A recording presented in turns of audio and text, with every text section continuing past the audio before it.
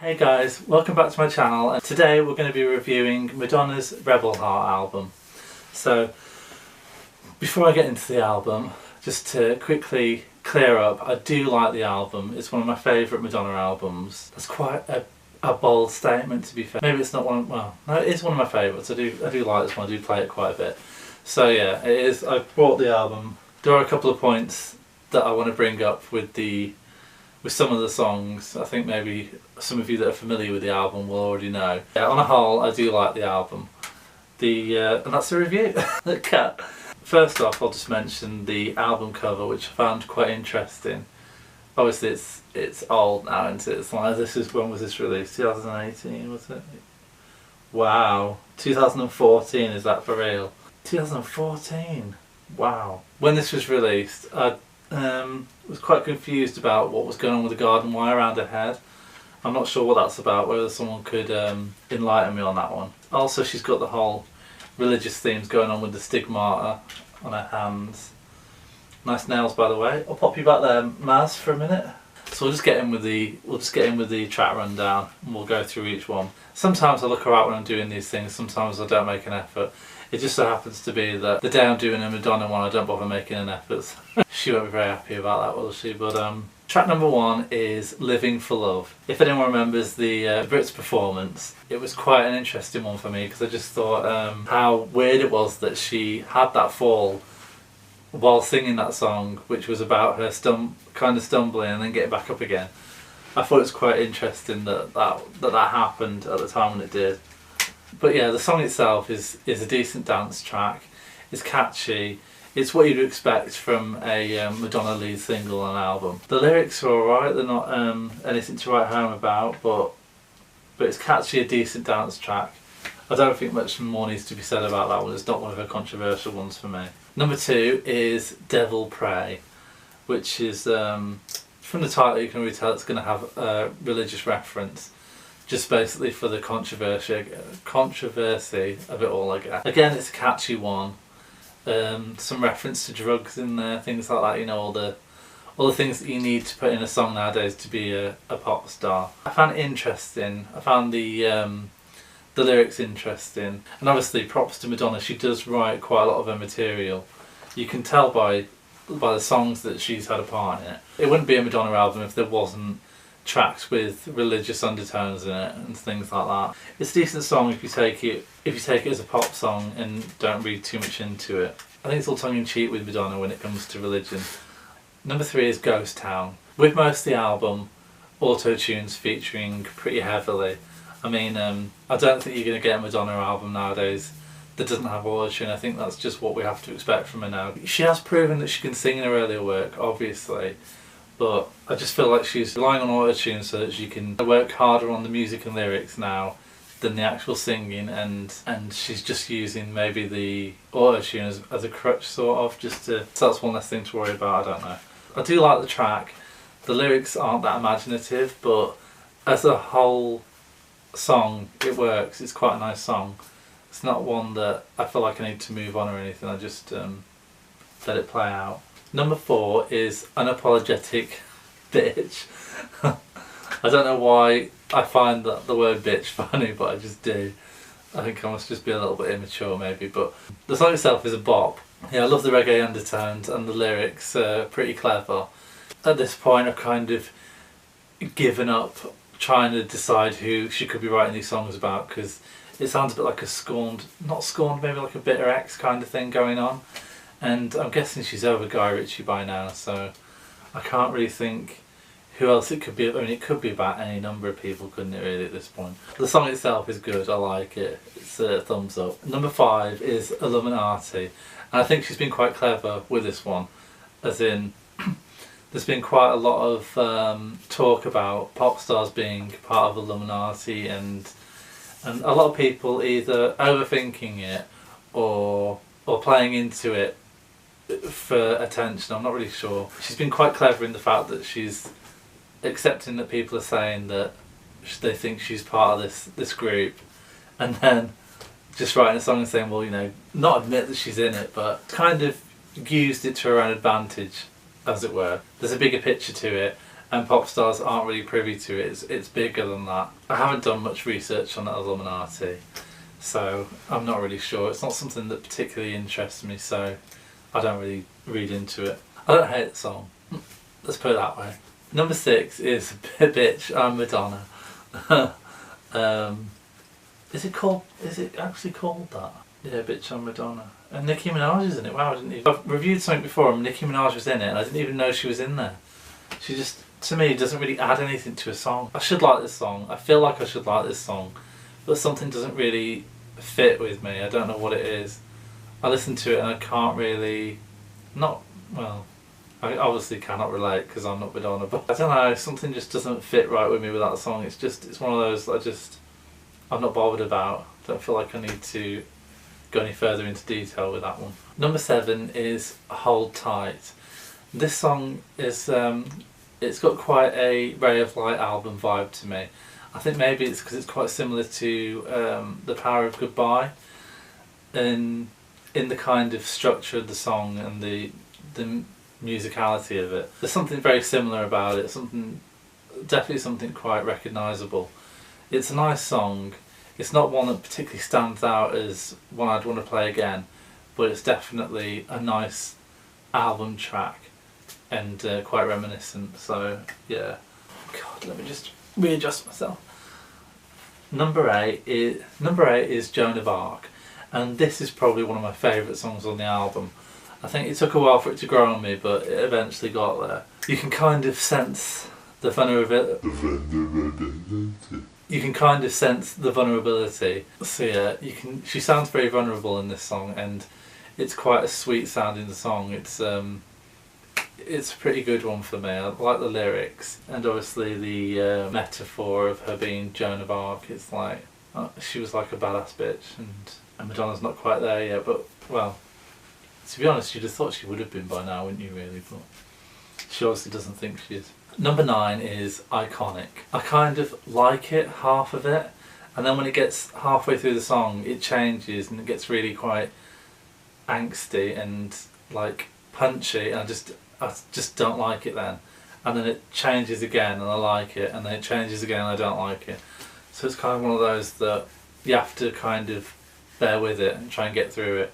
That one, I guess it's kind of a skip. Number 10 is Heartbreak City. Again, with this one, you can kind of sense the vulnerability in the track and the sense of anger.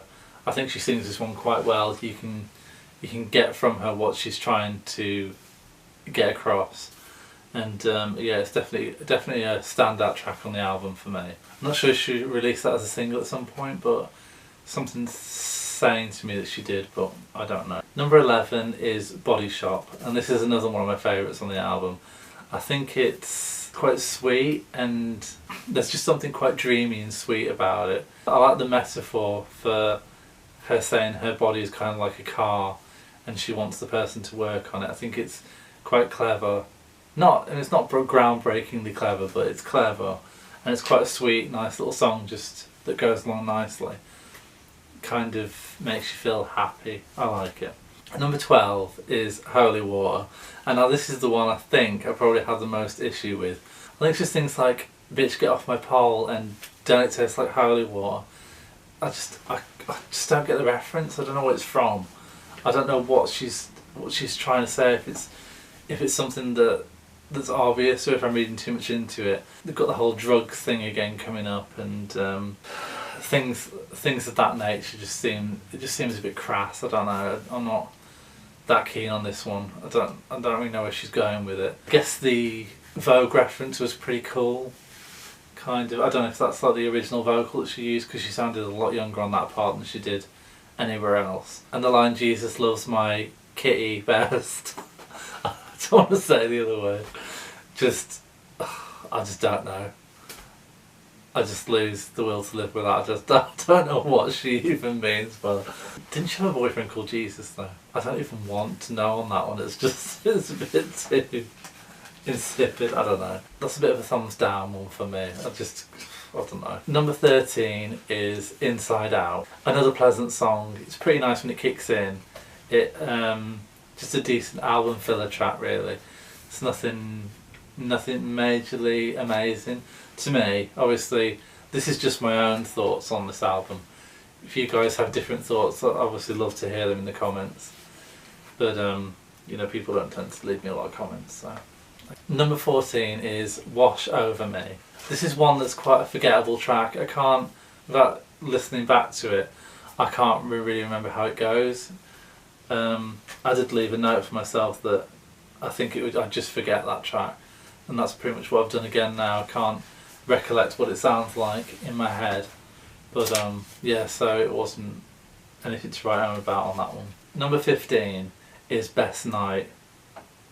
Is it just Best Night? I think it might just be Best Night, or it might have been Best Night Ever, but it's just Best Night. Another album filler, not one that sticks with me too much. I can kind of remember how it goes. I don't really want to remind myself again.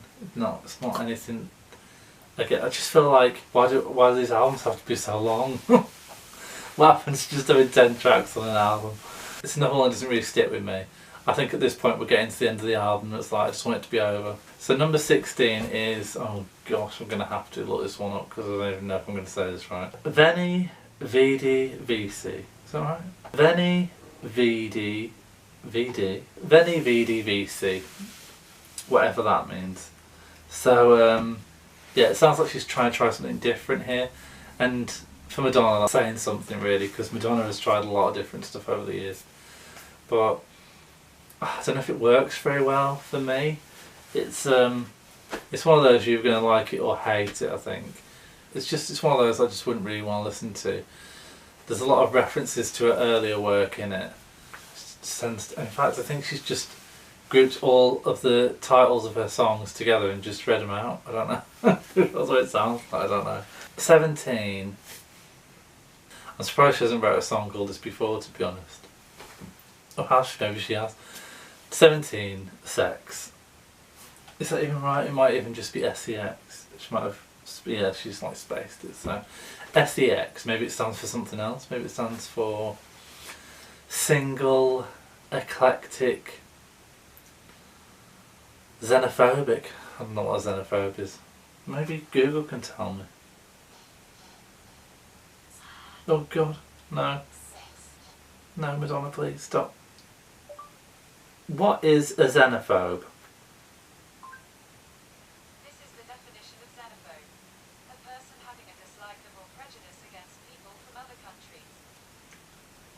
I wish I hadn't said that. Single eclectic xylophone. Maybe that's what she's talking about. So, does what it says on the tin. Wonder what the does what it says on the tin. I wonder what the kids think about it. Which is pretty much what, that was like my initial reaction when I listened to it, because I'll listen to the songs and write down what I think about them. And that was what I wrote. Can you imagine if that was like your mom? If your mom had wrote a song like that? Which is then again, if your mum had wrote the song Holy Water, what would you have thought of that really? I don't know. I don't know what I'd think if my mum had wrote that. I'd probably be like, chicka-ching, ching, Mommy, can I have your wallet? Number 18 is Messiah. Now I actually really like this song, to be fair. It's kind of a throwback to Pray for Spanish Eyes, which was from her, you guys probably know this one, Like a Prayer album? Yeah, that's right, Like a Prayer album. So yeah, it kind of is a bit of a throwback to that for me. That's how it sounds, but I could be wrong. That's the vibe I'm getting from it. It's really nice. It's almost fairy tale like, a bit like Dear Jessie, but obviously not as happy. It's a really good track, that one, and definitely one of my favourites on the album. Last but not least, number 19 is the title track Rebel Heart, which is another one of my favourites from the album. It's uplifting. It's got a very good message. It's very autobiographical. Is that even a word? Autobiographical. Autobiographical. Is that even a word? I'm sure that's right. Autobiographical. I just don't know. It's very. It relates very well to Madonna. I think she put a lot of her own thoughts and feelings into this one, and it's definitely a good album title track, as it were. Another one that I enjoyed. So overall the album consisting of 19 songs is pretty good for an album, to be fair. I know I was saying that 10 tracks is probably enough, but it is good to get more for your money, so I get that. Most of the songs are pretty good apart from the few that I picked out, like I said. If you guys have a different view on these songs, I obviously would love to hear them. I'm all for talking about this stuff and debating it. But yeah, that's my review of Madonna's Rebel Heart album. And if you did enjoy this video, if you enjoyed hearing my thoughts on it, I'd appreciate it if you subscribed or liked the video. That would be great. I don't just do album reviews, I do vlogs, we sometimes do challenges, we sometimes do different videos really often on, so it would be good to get some more subscribers. If you guys want to subscribe, that would be great. Other than that, thank you for watching if you got this far, and I will hopefully see you in the next video. Bye!